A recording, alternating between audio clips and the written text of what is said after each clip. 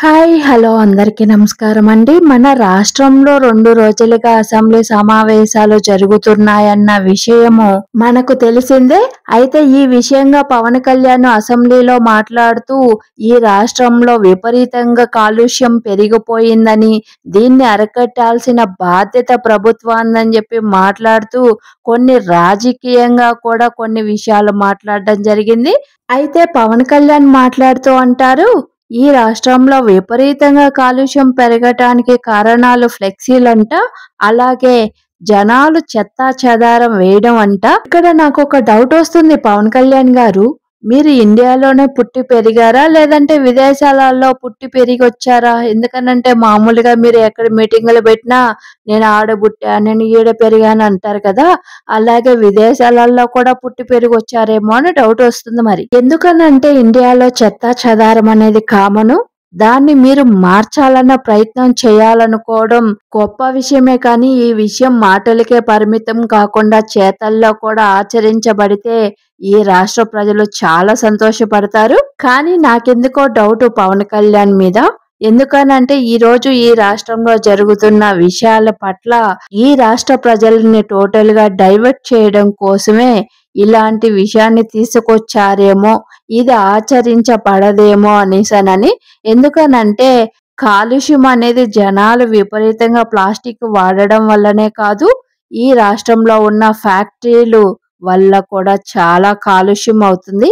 మరి వీటినన్నిటిని అరికట్టే అంత దమ్ము, ధైర్యం కూటమి గవర్నమెంట్‌కు ఉందా అనే క్వెషన్ మార్క్ అయితే అందరిలోనూ ఉంది. అదే కాకుండా పవన్ కళ్యాణ్ ఫ్లెక్సీల వల్ల కూడా కాలుష్యం జరుగుతుంది అనేసనని మాట్లాడడం అయితే జరిగింది. నేను ఈ సందర్భంగా పవన్ కళ్యాణ్‌కి ఒక విషయం గుర్తు చేయాలనుకుంటున్నాను. వైఎస్ఆర్‌సీపీ గవర్నమెంటులో ఇదే అసెంబ్లీ సాక్షిగా జగన్ అన్న పవన్ కళ్యాణ్ ఫ్యాన్స్ పెట్టిన పవన్ కళ్యాణ్ ఫ్లెక్సీల గురించి మాట్లాడడం జరిగింది. ఏ రాజకీయ నాయకుడైనా, ఏ హీరో అయినా అధికంగా ఫ్లెక్సీలు పెట్టుకోవడం వలన రాష్ట్రంలో కాలుష్యం పెరుగుతుంది. మితంగా 1, 2 పెట్టుకోండి అనేసనని జగనన్న అసెంబ్లీలో మాట్లాడితే, దానికి ఈ పవన్ కళ్యాణ్ చేసిన రచ్చుంది చూసారా? బాబోయ్! బీభత్సం అసలు. ఏ జగన్, మీ ఫ్లెక్సీలు పెట్టుకోలేదా? మీరు పెట్టుకోవట్లేదా? అది ఇది బాబోయ్! అసలు మనిషికి కొంచెమైనా తెలివుండి మాట్లాడతారో, తెలివి లేకుండా మాట్లాడతారో తెలీదు గాని, నోటికొచ్చింది వాగేసి వెళ్ళడం అయితే బాగా అలవాటు పవన్ కళ్యాణ్‌కి. నేను పవన్ కళ్యాణ్ అని పిలుస్తున్నానని ఎవరు హర్ట్ అవ్వకండి. ఎందుకనంటే ఒక సీఎం కుర్చీలో కూర్చున్న జగన్మోహన్ రెడ్డిని సైకో అనంగా లేంది నేను గౌరవంగా వాళ్ళ అమ్మా నాన్న పెట్టిన పవన్ కళ్యాణ్ అని పేరు పిలవడం తప్పేం కాదు. ఇంకా అసలు విషయంలోకి వెళ్తే పవన్ కళ్యాణ్ కళ్ళ ముందరే వివేకానంద రెడ్డి హత్య జరిగిందంట. ఈ మాట నేననలేదు. అసెంబ్లీ సాక్షిగా పవన్ కళ్యాణే అసెంబ్లీలో మాట్లాడడం అయితే జరిగింది. మన కళ్ళ ముందరే వివేకానంద రెడ్డి హత్య జరిగితే మనం ఏం చేయలేకపోయామని. అవునా పవన్ కళ్యాణ్ గారు? మీ కళ్ళ ముందర జరిగిందో లేదో మాకు తెలియదు కానీ, మీ కూటమి గవర్నమెంటులోనే వివేకానంద రెడ్డి హత్య అయినా సరే, సుగాలి ప్రీతి హత్య అయినా జరిగింది. అయితే మీరు అప్పుడు సరే న్యాయం చేయలేదు.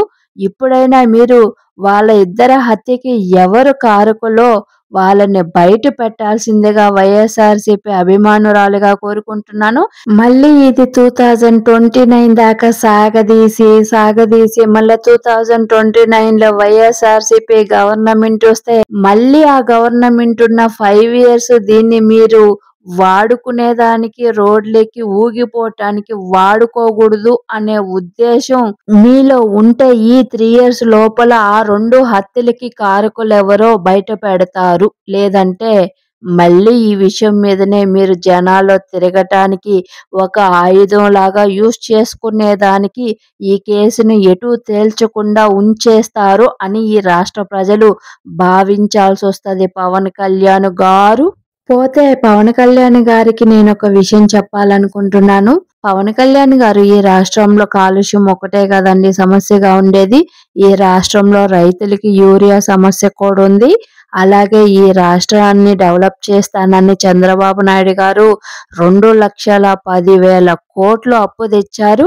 మరి ఈ రాష్ట్రంలో ఎటువంటి డెవలప్మెంట్ లేకుండా ఆ డబ్బునంతా ఏం చేశారు అనేసి అనే క్వశ్చన్ జనాలలో రోజు రోజుకి పెరిగిపోతుంది. మరి ఈ విషయం గురించి అసెంబ్లీలో చర్చించాల్సిన అవసరం ఉంది. అలాగే ఈ రాష్ట్ర ప్రజలకి ఈ 2,10,000 కోట్ల గురించి ఈ రాష్ట్ర డిప్యూటీ సీఎంగా క్లారిటీ ఇవ్వాల్సిన బాధ్యత కూడా మీ పైన ఉందన్న విషయం మర్చిపోకండి డిప్యూటీ సీఎం గారైన పవన్ కళ్యాణ్ గారు. పోతే వైఎస్ఆర్సీపీ గవర్నమెంట్ లో ఈ రాష్ట్ర అభివృద్ధి కోసం జగనన్న ఈ రాష్ట్రానికి 17 మెడికల్ కాలేజెస్ అయితే తేవడం జరిగింది. అందులో 7 కంప్లీట్ చేసి అడ్మిషన్స్ కూడా జరిగే క్లాసెస్ అయితే జరుగుతున్నాయి. ఇంకా కంప్లీట్ కావాల్సిన మెడికల్ కాలేజెస్ 10 ఉన్నాయి. అవి కంప్లీట్ చేయడానికి 5,000 కోట్ల రూపాయలు అవసరం ఉంది. 2,10,000 కోట్ల రూపాయలు అప్పు తెచ్చిన మీరు ఈ రాష్ట్ర అభివృద్ధిలో భాగమైన 10 మెడికల్ కాలేజీలకి 5,000 కోట్ల రూపాయలు ఖర్చు పెట్టలేనంత గతి లేని గవర్నమెంట్ నడుపుతున్నారా మీరు? ఎందుకు ఇలా అంటున్నానంటే ఈ 10 మెడికల్ కాలేజీలు పూర్తి చేయడానికి 5,000 కోట్ల రూపాయలు ఖర్చు పెట్టలేక పీపీపీకి ఇవ్వటానికి రెడీ అయిపోయింది ఈ కూటమి గవర్నమెంట్. ఈ విషయం గురించి కూడా మీరు అసెంబ్లీలో చర్చించాల్సిన అవసరం ఉంది పవన్ కళ్యాణ్ గారు. అంతేకాకుండా ఈ రాష్ట్రంలో లా అండ్ ఆర్డర్ అయితే అదుపు తప్పడం జరుగుతుంది. మరి ఈ విషయం గురించి కూడా మీరు అసెంబ్లీలో చర్చించాల్సిన అవసరం ఎంతైనా ఉంది పవన్ కళ్యాణ్ గారు. మీ కూటమి గవర్నమెంట్ వస్తానే మీ పాప గురించి అసభ్యతగా పోస్ట్ పెట్టిందనేసనని వాళ్ళ మీద కేసు పెట్టి వాళ్ళని జైల్లో వేసి టార్చర్ పెట్టారు కదా పవన్ కళ్యాణ్.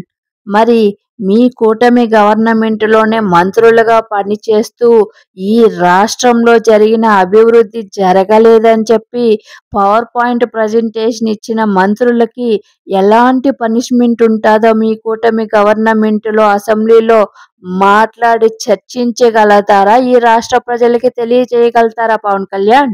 మరి మీరు ఇచ్చిన సూపర్ 6 గతేంటో, మరి వాటిని మీరు ఎంతవరకు అమలు పరిచారో వాటి గురించి మీరు అసెంబ్లీలో చర్చించాల్సిన అవసరం కూడా ఎంతైనా ఉంది పవన్ కళ్యాణ్ గారు. Thank you all. నా వీడియో మీ అందరికీ నచ్చినట్లయితే దయచేసి నా ఛానల్ని సబ్స్క్రైబ్ చేసుకొని ఒక్క లైక్ అయితే కొట్టండి ప్లీజ్. Thank you.